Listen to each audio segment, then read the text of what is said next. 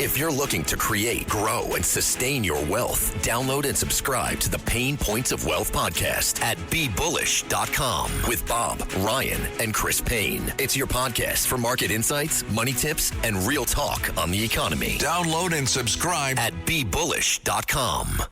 Wish you could become a morning person? You know the type, up before the sun, early morning runs, first one to the office with donuts and a smile. How do they do it? Easy. With the new Galaxy Watch 8, sleep tracking and personalized insights from Samsung Health help you improve so you can wake up to a whole new you. One who, dare I say it, skips the snooze?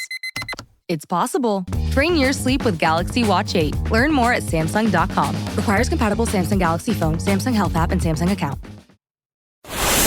This is Let the Record Show.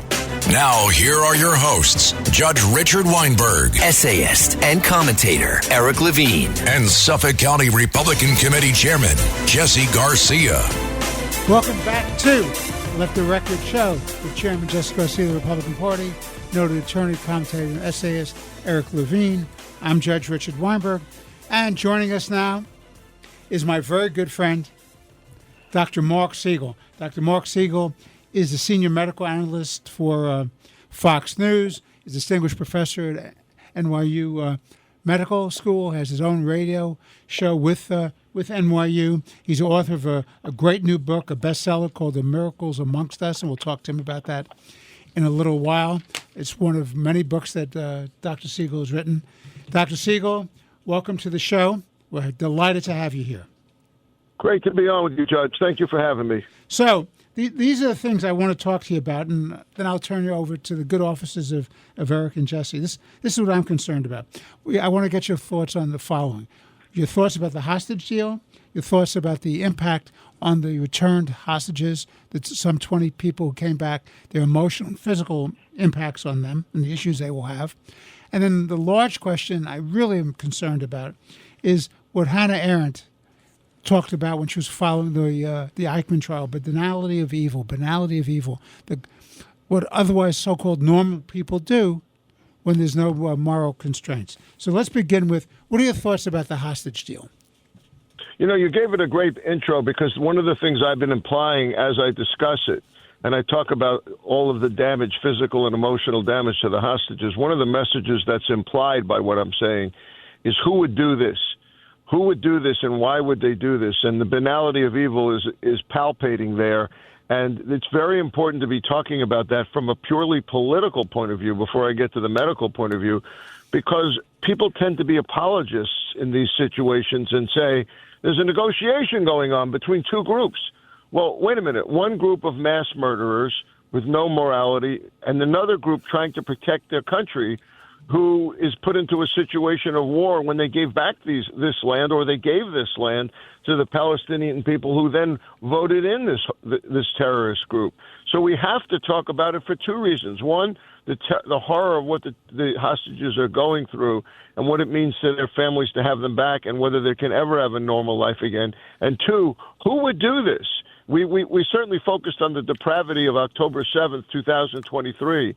And that was clear enough, murdering people, raping people, dismembering people, raping and then murdering people. Now you see what's been done to the hostages, where they've been living, a lot of them, in complete depravity, no light, in tunnels, chained together to go to the bathroom with diarrhea, eating incredibly little amounts of food, being beaten, untended wounds, fractures, gunshot wounds, shrapnel, people with underlying medical conditions that went untreated, including asthma, starvation, prominent. And when they come to light, literally come to light, and Sheba Medical Center is leading the way here with 10 out of the 20 hostages, it can't be fixed. I mean, right away, you try to slowly return a state of nutrition. That takes weeks. You can't just feed people. You have to slowly alter body chemistry so it allows for food.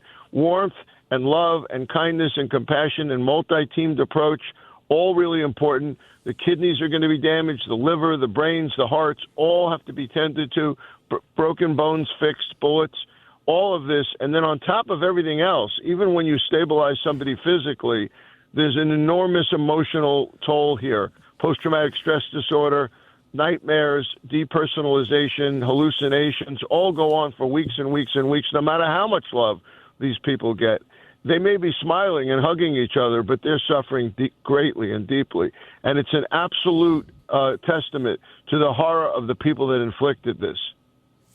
And what do we do about this in terms of worldwide public opinion? It seems everybody's forgotten about the horrors of October 7th, and they've turned this into an anti-Semitic, anti-Israel campaign where the hearts and minds of people all across the world are against the Jewish people and against Israel, as somehow they are the aggressors. How do you deal with that issue, Dr. Siegel? Luckily, and I mean this in quotes, luckily, there appears to be an economic incentive here to rid the area of Hamas, because I think people understand that murder doesn't go well with making money. So, Jared Kushner's done an incredible job with this. I mean, he needs to get a lot of spotlights. He built the Abraham Accords, and the Abraham Accords, that whole region has made a lot more money because of the Abraham Accords. This whole Hamas horror monstrosity puts it at risk. And so for there to be peace in the region is going to mean a lot more wealth. And that's why I think that the Arab neighbors are on behalf of this. So that there's a growing distrust of Hamas and a growing distaste of Hamas in the region. Make no mistake about it. That's not pro-Jewish. That's pro-money. Eric. So I just want to shift gears for a second, domestically. So Secretary of Health and Human Services Robert F. Kennedy Jr. has declared war on autism. And in so doing, he's taken on Tylenol and vaccinations. I was curious about your view on his efforts. I have a good relationship with him, and I speak to him all the time. And he's pretty open-minded with me, and he brings data to me and information that I process, and then I look more deeply into it. But I'm concerned. I'm positively inclined towards the focus on pregnancy and autism, because I thought that the focus on early childhood was too late. Neuroimaging studies are showing that the changes in the brain of fetuses is where to look. I think way too little attention has been paid to the idea of mutations that occur to elderly parents having kids for the first time. That's clearly increasing the autism rate. I think environmental factors and environmental toxins probably play a role as triggers. I think that is a right place to look. But I call some of what's been happening in A plus B does not equal D. I mean, it's fair to say acetaminophen in animals can be a toxin to the liver, and it's fair to say that fetuses don't have fully developed liver, and it's fair to say that 3 grams a day, which was the recommended adult dose, probably way too much for pregnant women. But you can't go from there to saying that Tylenol causes autism. There's 5 steps in between. It's never been shown. And the study out of Scandinavia in 2024 looked at 2.5 million siblings, did not show an association. The study that launched this statement was one that Harvard School of Public Health, UCLA was involved in, and Mount Sinai in New York. Unfortunately, the head of that study and the judge is going to love this if he doesn't already know it, the head of that study has appeared on behalf of the plaintiff in Tylenol trials. So I don't know how objective he is. I think that study is valuable, though. So I think that the jury is out on this, and it was premature to be making those conclusions, especially with no cause and effect shown. Okay. Jesse. Dr. Siegel, thank you for joining us. It's always a pleasure to have an opportunity to speak with you. I mean, we do sometimes see each other over the summer at breakfasts. What I want to do is just talk about your new book that's coming out, The Miracles Among Us. I guess there's always been this, from a layman like myself, there's always been this conflict or this competition between faith and science. But you in this book really, truly bring together, it reminds us of God's love and its capacity and how its role is in medicine and in healing. As a man of faith, and I do believe that you could have good science and good faith together. Can you talk a little bit about the stories that you share in The Miracles Among Us that shows how faith and God plays a role and directly in the healing of many of our neighbors and in individuals' cases that you've seen?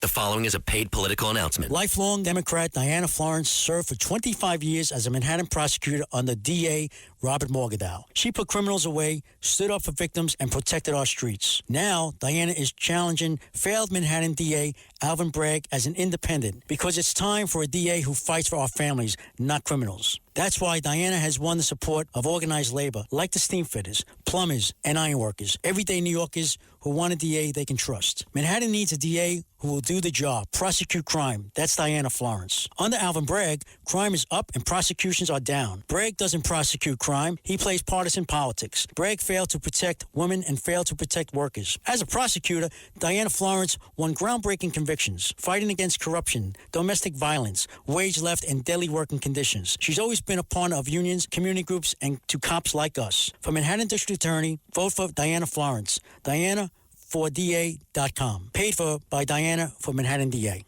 We all love a legendary comeback, and Degree Original Cool Rush is back and better than ever.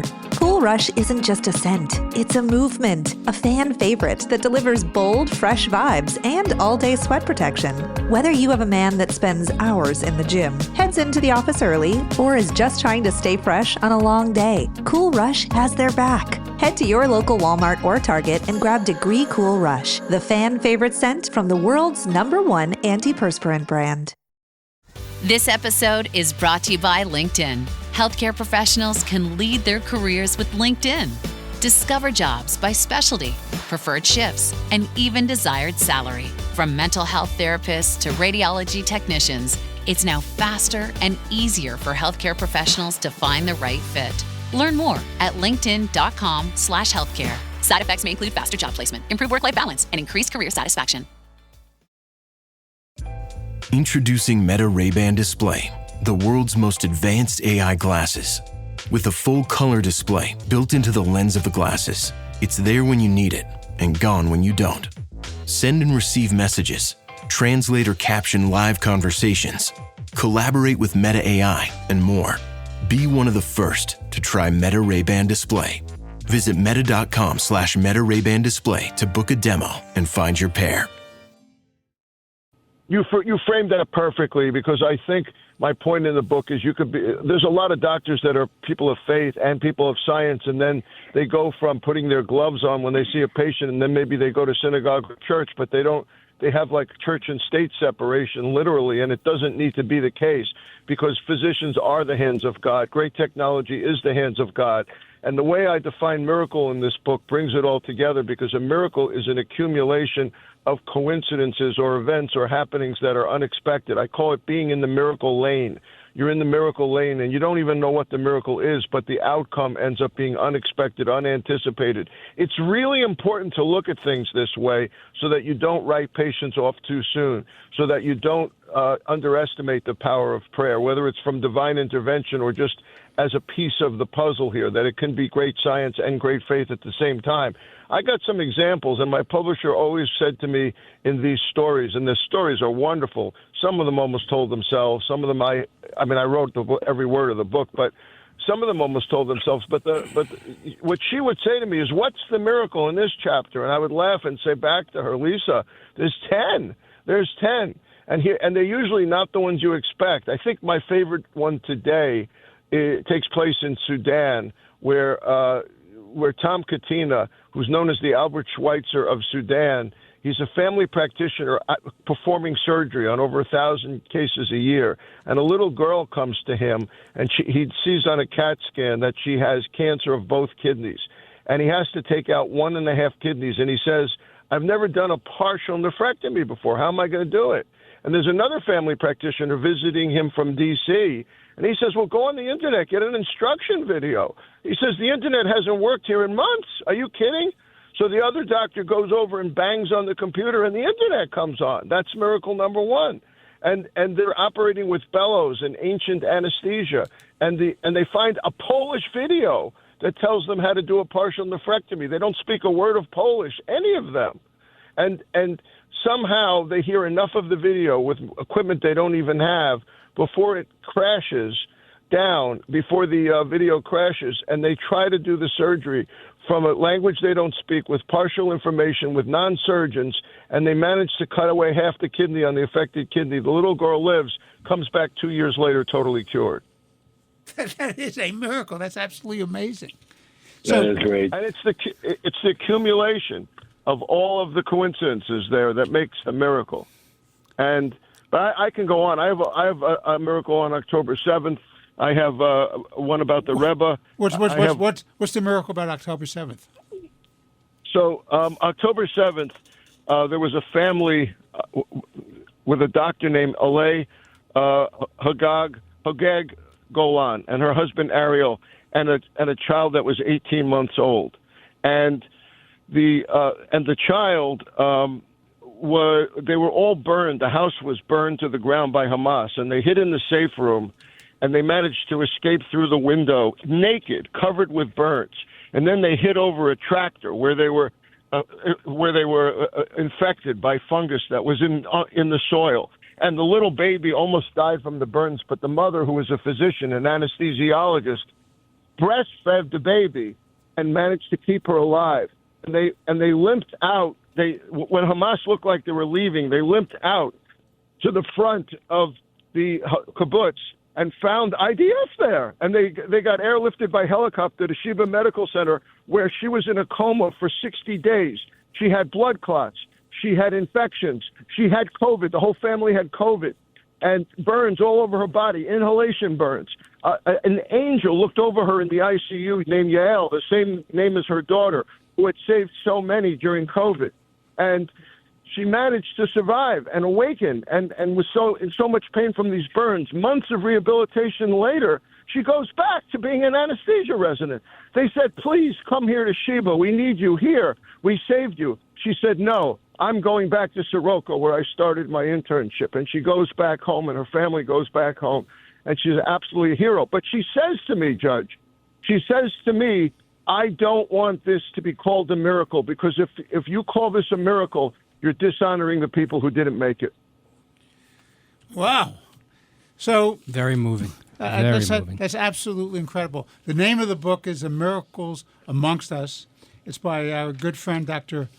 Marc Siegel, noted commentator, senior medical analyst at the Fox News, often a commentator and a contributor on Cass and Cosby, which I'm honored to serve as a co-host on every night, Monday through Friday. So as you step back and you look at the world in which we're living in, are you optimistic or are you pessimistic? I think we need healing. I think that the world needs to be healed, and I think that the spirit of what I just shared with you is part of that. I agree we need healing, but do you think humankind is taking a path towards destruction, or are we taking a path to reconciliation and redemption? Right now we're heading for destruction, but Cardinal Dolan said something to me, and he also gave me my idea for miracles, which is they're soft miracles, and I've told you them today on the show, combination of technology and faith. But Dolan said something brilliant. He said, we got to stop hating each other. We can disagree on ideas. You can hate an idea someone else has, but stop hating the person who has the idea. And, this group, and Judge Weinberg specifically, has been an inspiration to me and many others in that regard, called the common sense Democrat. It doesn't matter if he's a Democrat, if he's a Republican. He's a man of ideas, but a man of love. Well, Dr. Siegel, I want to thank you for that spontaneous declaration of support. I expect you to give affidavits. We'll see how many people share that. Give the affidavits to Eric Levine and Jesse Garcia, my esteemed friends and co-hosts. Eric and Jesse are great also. Eric and Jesse are great also. They get the same sentiment. Well, there you go. And this is not yet an award-winning show, but it's a record show in terms of audience. We have devoted people who listen to us all the time, and they can't listen to us on Sundays between 6 and 7. They listen to the podcast. We're a very highly rated show across New York City and New York State, and indeed across the country. And it's because of people like you, Dr. Siegel, who bring wisdom and experience and a love of humanity. I want to thank you. It was terrific. Thank you. I want to thank you very much for joining us today, Dr. Siegel. Good luck on the book. This is one of several books you have. Every time you write a book, there's more wisdom and knowledge to be imparted to the community. This is my favorite because we've all had miracles. We've all witnessed them. We've all experienced them. Come forth and bring me your miracle. It's a very uplifting book. Thank you. Thanks for listening to Let the Record Show with Judge Weinberg, Chairman Jesse Garcia, and Eric Levine. You can hear Let the Record Show Sunday mornings at 6. If you like the podcast, share it with your friends and listen anytime at WABCRadio.com and download the WABC Radio app. Hit that subscribe button on all major podcast platforms. Plus, follow WABC on social on Instagram, TikTok, Facebook, and X. See you next time for a new episode, so you never have to wonder. What the heck is going on here? If you're looking to create, grow, and sustain your wealth, download and subscribe to the Pain Points of Wealth podcast at BeBullish.com with Bob, Ryan, and Chris Payne. It's your podcast for market insights, money tips, and real talk on the economy. Download and subscribe at BeBullish.com.